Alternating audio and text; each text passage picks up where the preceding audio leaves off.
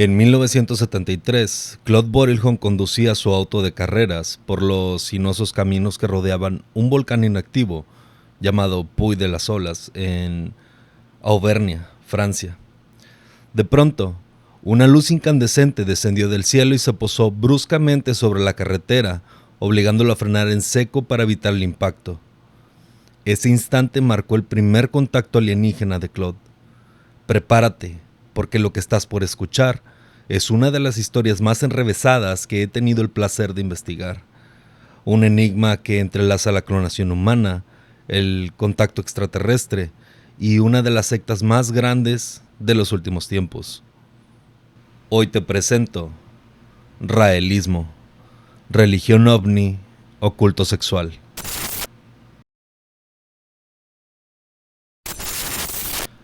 Antes de contarte sobre su primer contacto alienígena y su obsesión con la clonación, permíteme contarte el verdadero origen de Claude Borilhon.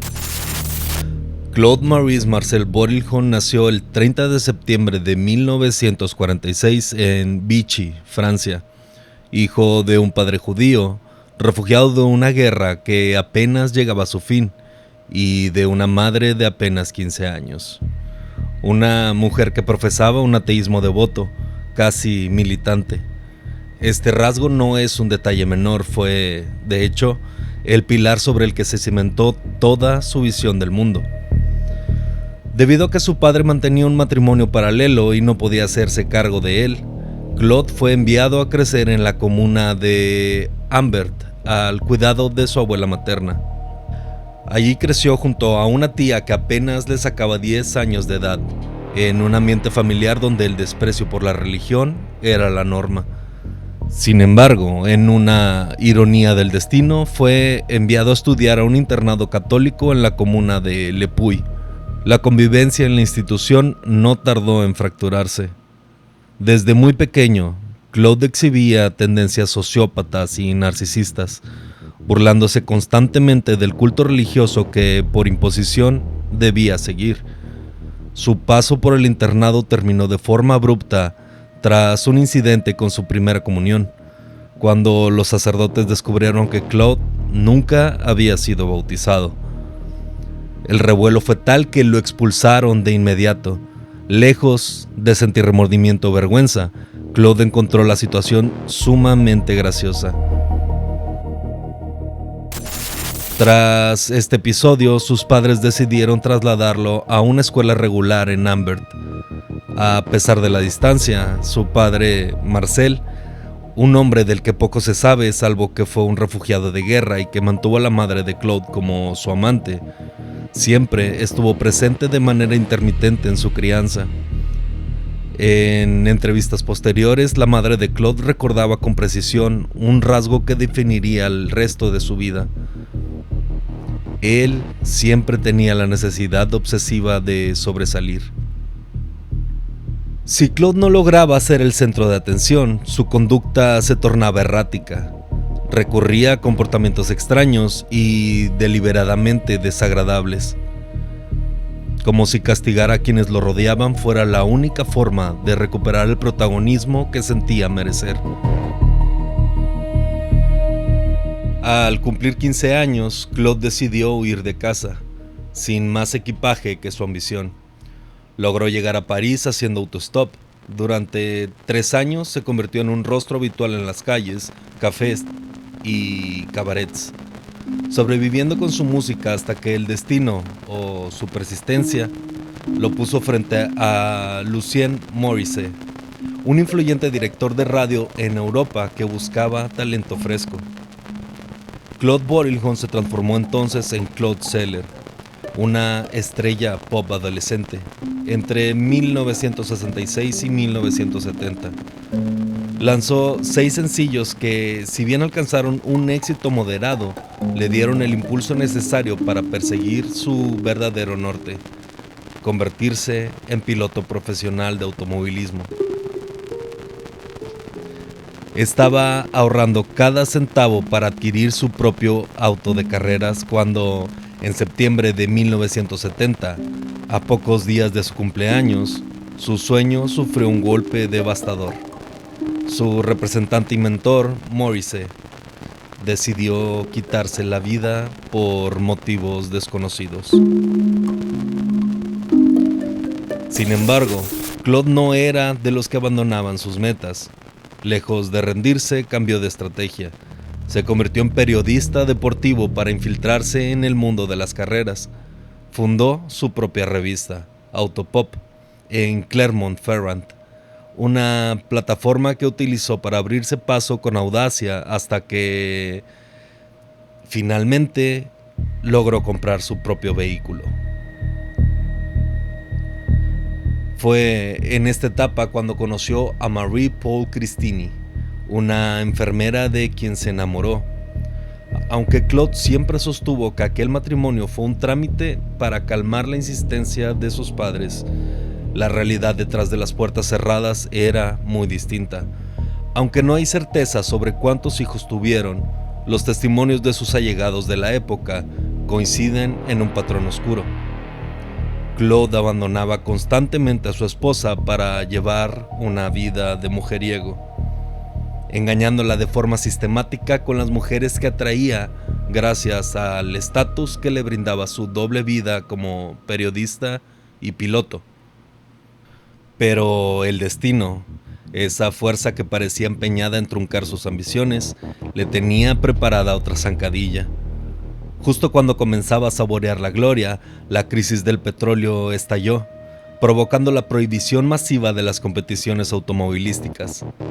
Una vez más, el éxito y la fama que tanto anhelaba se le escurrían de las manos. La crisis de petróleo de 1973 no solo detuvo las carreras automovilísticas, también asfixió la viabilidad de Autopop. Con su carrera como periodista y piloto colapsando, Claude Borilhon se encontró de pronto frente a un abismo profesional. Fue precisamente en ese 1974, en el momento de mayor incertidumbre personal, cuando comenzó a confesar a su círculo íntimo que había experimentado algo que cambiaría su vida para siempre. 2 encuentros con seres de otro mundo. En su primer libro, El libro que dice la verdad, Claude narra que al anochecer del 13 de diciembre de 1973, mientras recorría en su auto los caminos volcánicos de Auvernia, una luz cegadora descendió del cielo. No fue un fenómeno caótico. Se posó frente a él con una precisión aterradora, obligándolo a detenerse en seco. De la nave emergió un ser que, con un francés perfecto, le reveló que estaba allí para entregarle una misión de escala global. El nombre de aquel ser era Yahweh. Y si el nombre te resulta familiar, no es coincidencia. Es literalmente el nombre sagrado de Dios en la tradición judeocristiana, el mismo que los hebreos evitan pronunciar por respeto. El alienígena no solo dominaba el francés, sino todos los idiomas del planeta. Se presentó como un Elohim, un miembro de una raza avanzada tecnológicamente unos 25,000 años por delante de nosotros, que, según él, ha interactuado con la humanidad desde el principio de los tiempos. Aquellos a quienes nuestros antepasados llamaron dioses eran en realidad científicos extraterrestres. Y aquí vuelve a aparecer la religión. Elohim es el término plural usado en la Biblia para referirse a la creación del mundo. Claude estaba reescribiendo la narrativa bíblica, sustituyendo la divinidad por ingeniería alienígena. Sin ofrecer una sola prueba física, bajo el argumento cínico de que querían juzgar la reacción de la humanidad ante la verdad, Yahweh le encomendó a Claude una misión titánica: informar a la población de sus verdaderos orígenes y construir una embajada para preparar el regreso de estos seres. Tras 5 días de encuentro, Yahweh le otorgó un nuevo nombre: Rael. Según Claude, esto significa mensajero, aunque en otras ocasiones ha preferido traducirlo como la luz de Elohim. A partir de este momento, él se autoproclamó el último profeta. el encargado de salvar a los terrícolas de su propia autodestrucción nuclear. Cuando Rael cuestionó por qué lo habían elegido a él, la respuesta fue calculada. Lo habían observado durante tiempo y lo seleccionaron justamente porque no era un científico, lo que le permitiría explicar su mensaje de forma simple a las masas. Además aseguraron haberlo elegido porque nació después del bombardeo de Hiroshima y Nagasaki.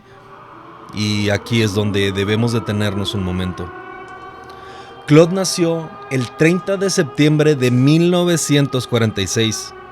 Las bombas cayeron en agosto de 1945. Sí, es un niño de la era atómica, pero la profecía llega con un desfase de más de un año. Y si te preguntas por qué guardó silencio durante tanto tiempo, Claude tiene su justificación. Los Elohim le prohibieron revelar nada bajo la amenaza de no regresar jamás. Ahora, dime tú, si hubieras tenido un encuentro de este calibre, ¿habrías sido capaz de guardar el secreto durante un año entero? ¿O habrías gritado a los cuatro vientos la verdad? Te leo en los comentarios. Rael siempre sostuvo que su esposa Marie fue su apoyo incondicional al conocer la historia del volcán.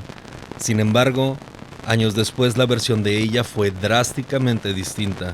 Permaneció a su lado únicamente por el bienestar de sus hijos y por la presión de una educación profundamente conservadora que, bajo ninguna circunstancia, le permitía considerar el divorcio.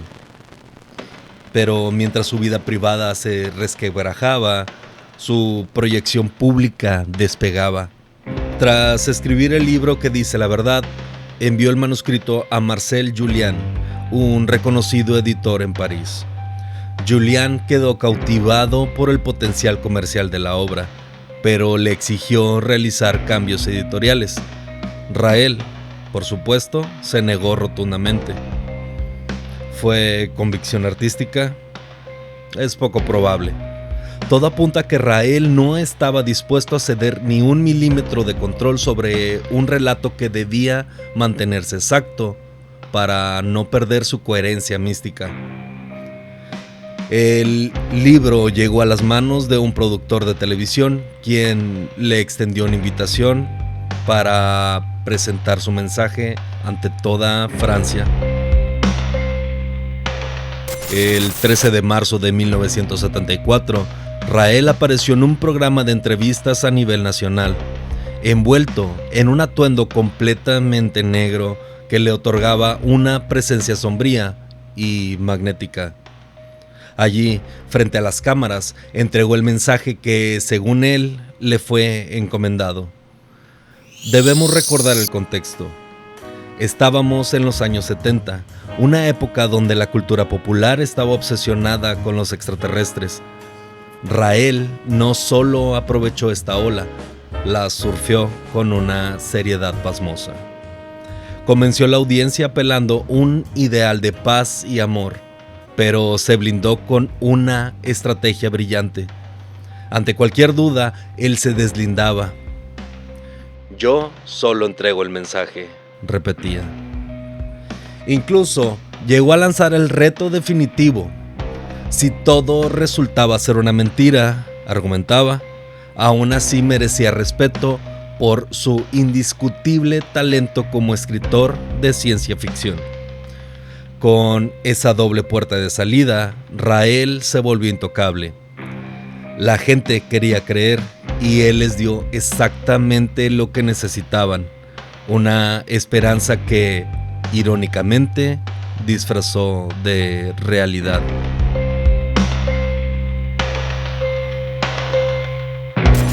La primera organización formal que fundó Rael fue MADECH, un acrónimo que en francés se traduce como Movimiento para recibir a los Elohim, creadores de la humanidad.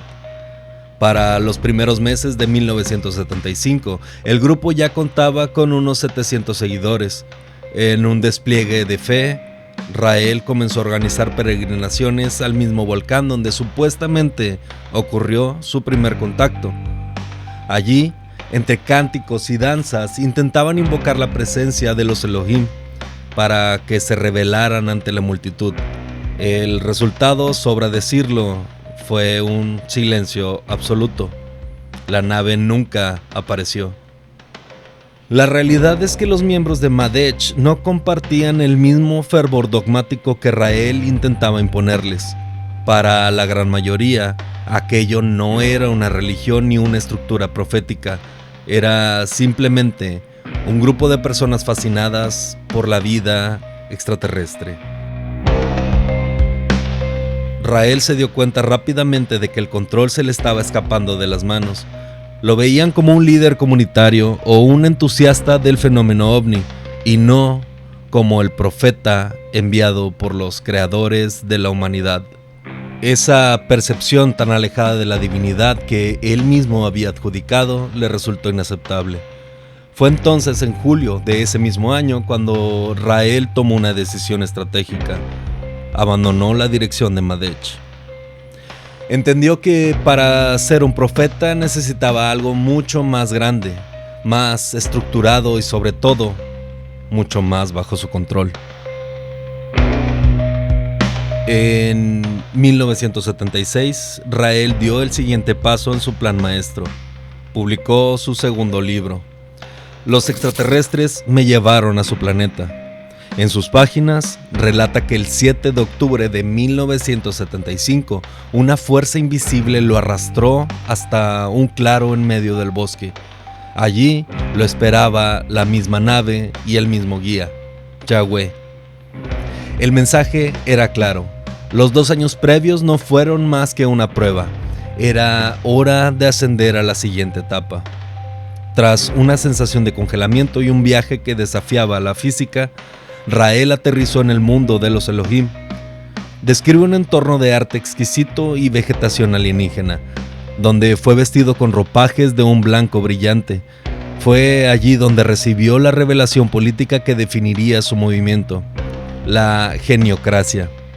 Bajo esta ideología, el mundo debería ser gobernado por una élite de inteligencias superiores. Para votar, necesitarías demostrar una capacidad intelectual del 10% sobre la media.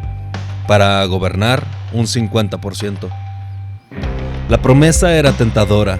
El fin del trabajo manual gracias a la automatización robótica, liberando a la humanidad para alcanzar un sistema de vida autosostenible.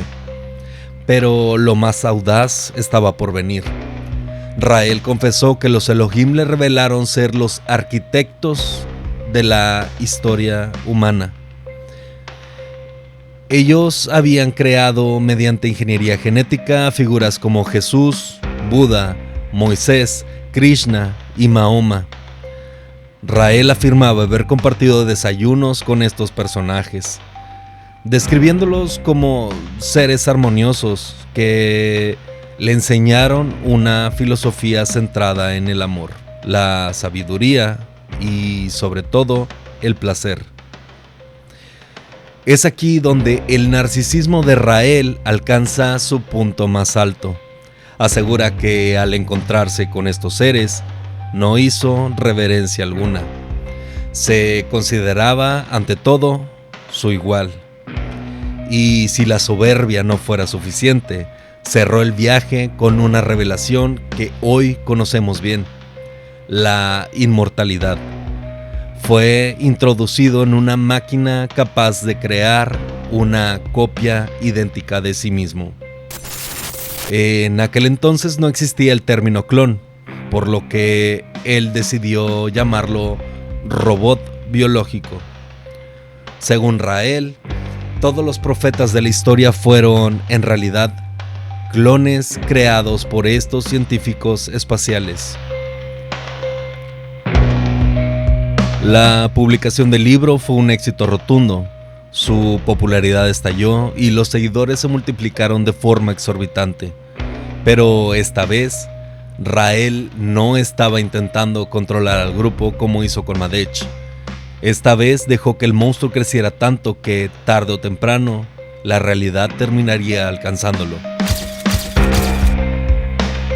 Rael no solo había creado un movimiento, había creado una estructura de control. Prometió a sus seguidores que si seguían sus enseñanzas al pie de la letra, los Elohim les otorgarían la vida eterna mediante la manipulación genética. Descartó la idea de un Dios supremo y metafísico, sustituyéndolo por un dogma revestido de ciencia. Comenzó a presentarse ante su congregación con una túnica blanca, un eco directo de su supuesta visita al planeta de los creadores, y un medallón que lucía una combinación perturbadora, una esvástica entrelazada con la estrella de David. Instituyó una jerarquía de guías para dirigir a las masas, y aunque se vendía como una religión atea, el funcionamiento era idéntico al de cualquier culto dogmático. Incluso inventó su propio ritual de bautismo, un proceso donde, tras colocar una mano en la frente del adepto, Rael supuestamente transmitía su conciencia vía telepática a una nave alienígena para que el individuo fuera juzgado. Así nació oficialmente el raelismo. Para 1979, el movimiento ya contaba con 3,000 miembros. En su tercer libro, Demos la bienvenida a los extraterrestres, Rael subió la apuesta. Se declaró hijo biológico de Yahweh y medio hermano de Jesús, asegurando que su madre había sido inseminada artificialmente por los Elohim. Él ya no era solo un profeta, se consideraba un ser divino. Ante las dudas, él simplemente se escudaba con la anécdota de que su madre solía dormir con la ventana abierta. ¿Por qué no habría de ser posible? Pero el mensaje de paz y amor inicial se desvaneció, dando paso a una obsesión sexual cada vez más oscura. Rael introdujo la meditación sexual. Sesiones que comenzaban con masturbación grupal, inspecciones corporales y el uso de espejos para la observación de los genitales, hasta degenerar en orgías donde los nuevos miembros eran presionados a masturbarse frente a la multitud. Su esposa, Marie Paul, fue testigo de esta degradación. En entrevistas posteriores relató el calvario de regresar a casa y encontrar a Rael manteniendo encuentros sexuales con sus seguidoras en plena sala de estar. Se estima que durante esos años, Rael mantuvo relaciones con cientos de mujeres, bajo el pretexto de una filosofía de placer. El desenlace fue inevitable. En 1985, tras años de soportar el abuso, Rael desechó a Marie Paul con una crueldad pasmosa, declarando que ella ya no le servía para nada. La expulsó de su vida y cortó todo contacto con sus hijos, cuyos criterios ya habían sido anulados por el lavado de cerebro de su padre. Para ese momento, el raelismo ya sumaba 6,000 seguidores. El movimiento se expandió alimentándose de jóvenes vulnerables, seducidos por la promesa de una libertad sexual sin límites y un estatus dentro de una élite elegida. El mensaje original de paz mundial había muerto. Lo que quedaba era un imperio erigido sobre el narcisismo de un solo hombre. La fachada de Rael comenzaba a agrietarse. Oficialmente se decía que sus seguidores debían donar el 1% de sus ingresos al movimiento.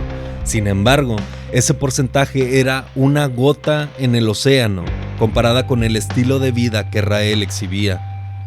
Era común verlo viajar por el mundo, gastando a manos llenas y disfrutando de lujos que desafiaban la austeridad de su discurso.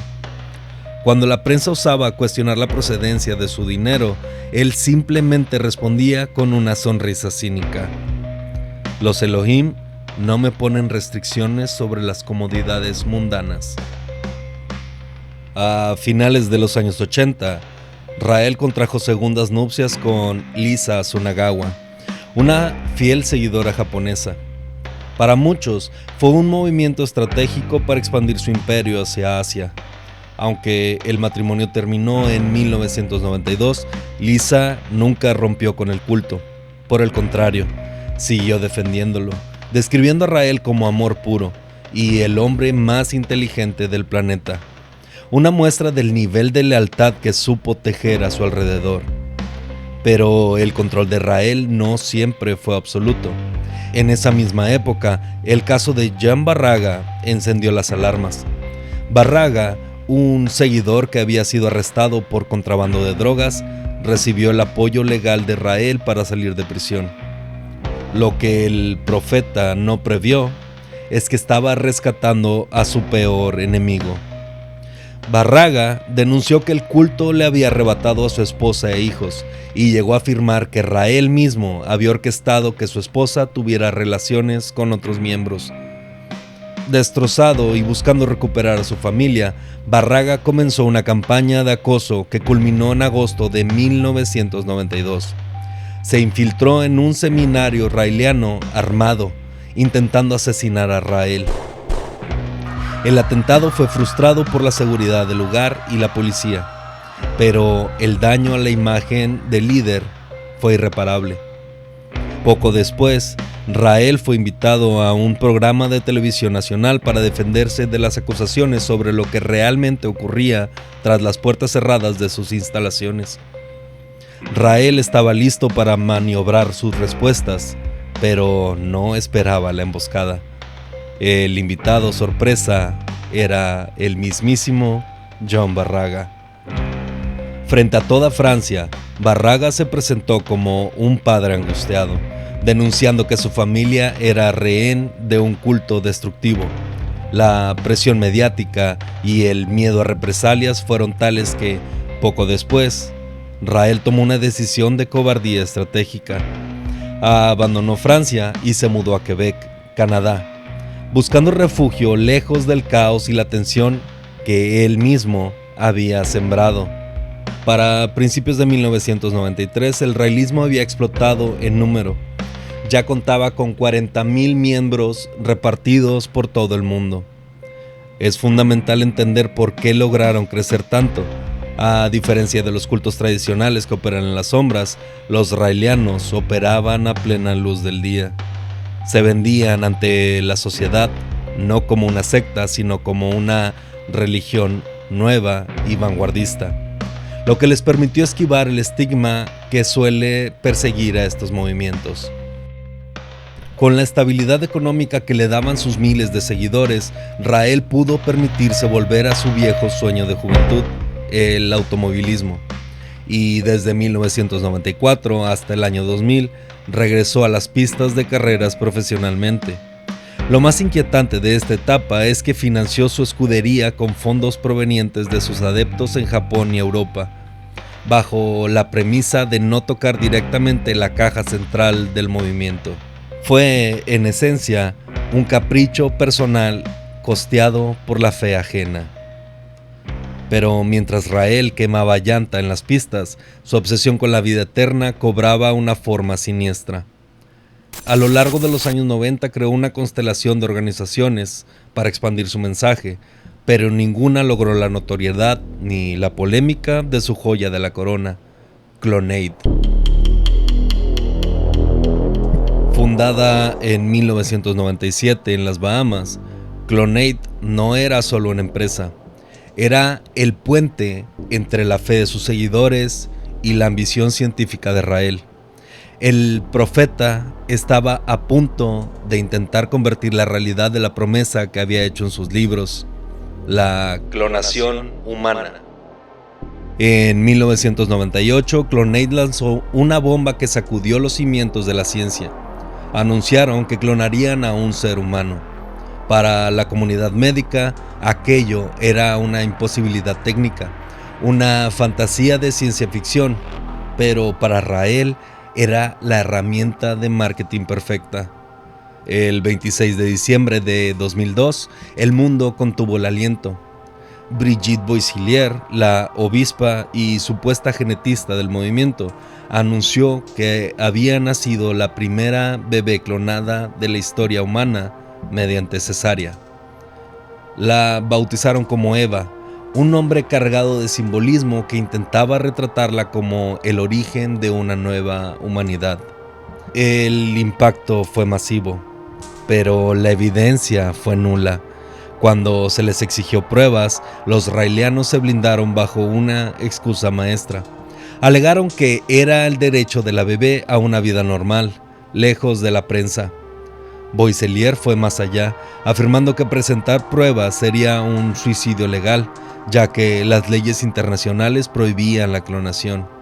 En resumen, una afirmación extraordinaria sin una sola pizca de evidencia física. Pero la respuesta de Rael ante la falta de pruebas fue lo que realmente expuso su verdadera naturaleza.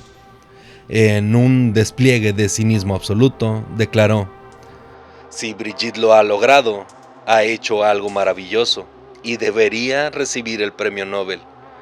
Si no es verdad, entonces es el chiste científico más bello que ha existido.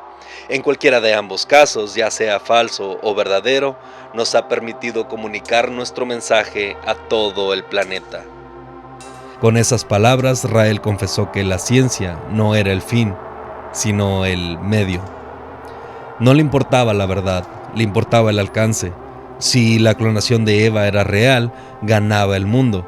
Si era una farsa, ganaba la publicidad global necesaria para seguir reclutando. Fue quizás el movimiento más cínico de su carrera como líder de culto. Admitir públicamente que estaba utilizando la humanidad como espectadora de un chiste con tal de mantener su nombre en los titulares.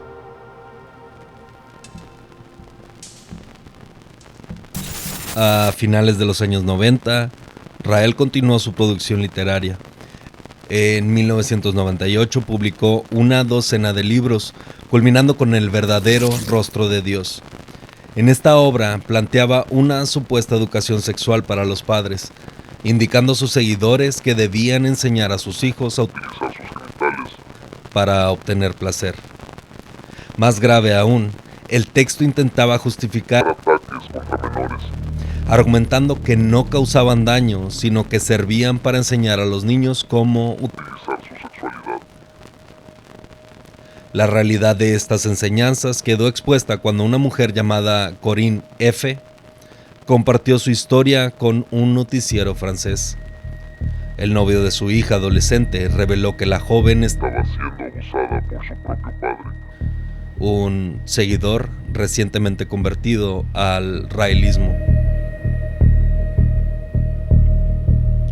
Al ser confrontado, el hombre confesó el acto, justificando sus acciones basándose en la doctrina de su religión. Ante la presión mediática y las acusaciones, Rael intentó desligarse en entrevistas posteriores, asegurando que no apoyaba estos actos.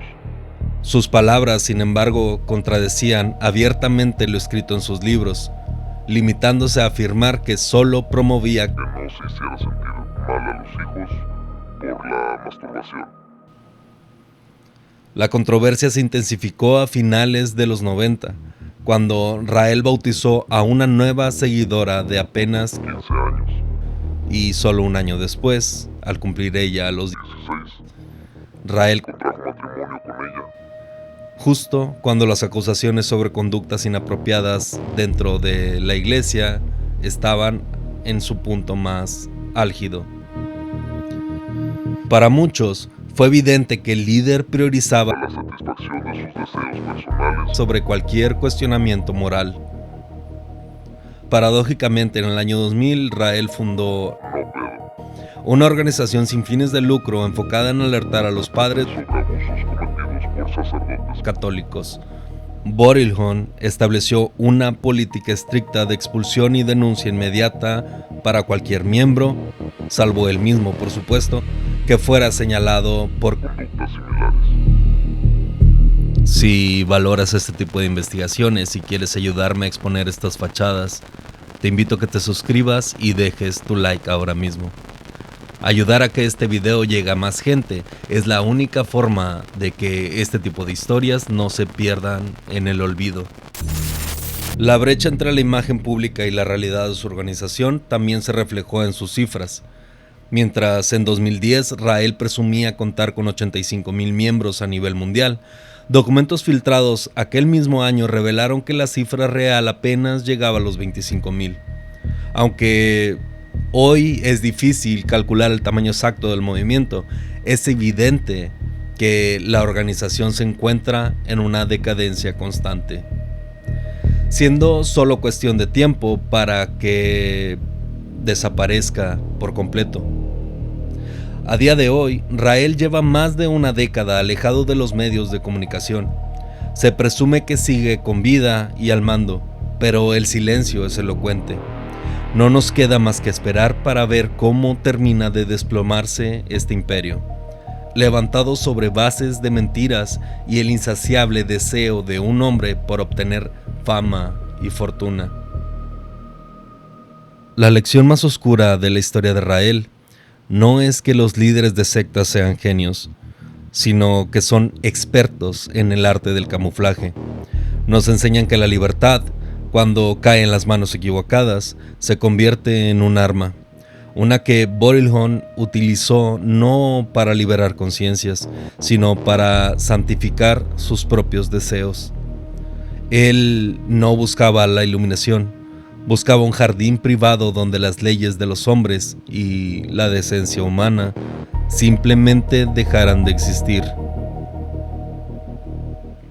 Pero lo realmente aterrador no es Rael, es el cinismo.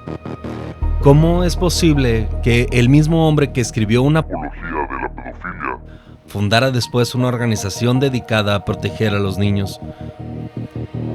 Es el truco definitivo del depredador: ponerse la máscara del salvador para ocultar el rostro del verdugo. Y, al igual que en otros casos, el sistema se lo permitió. Mientras los documentos filtrados exponían la farsa de sus cifras y las víctimas gritaban en silencio, el mundo prefirió tratarlo como una excentricidad, una broma de mal gusto, un mesías de feria. Así que la próxima vez que veas a alguien predicando una utopía mientras vive en las sombras de sus propios secretos, no mires al cielo buscando extraterrestres. Mira a los ojos de quienes te rodean y se mantienen en silencio. Porque las sectas no se sostienen por la fe de sus seguidores, sino por el miedo, la complicidad y esa peligrosa tendencia humana de preferir una mentira cómoda antes que aceptar que el monstruo está sentado en la mesa de al lado, esperando su turno para ser adorado.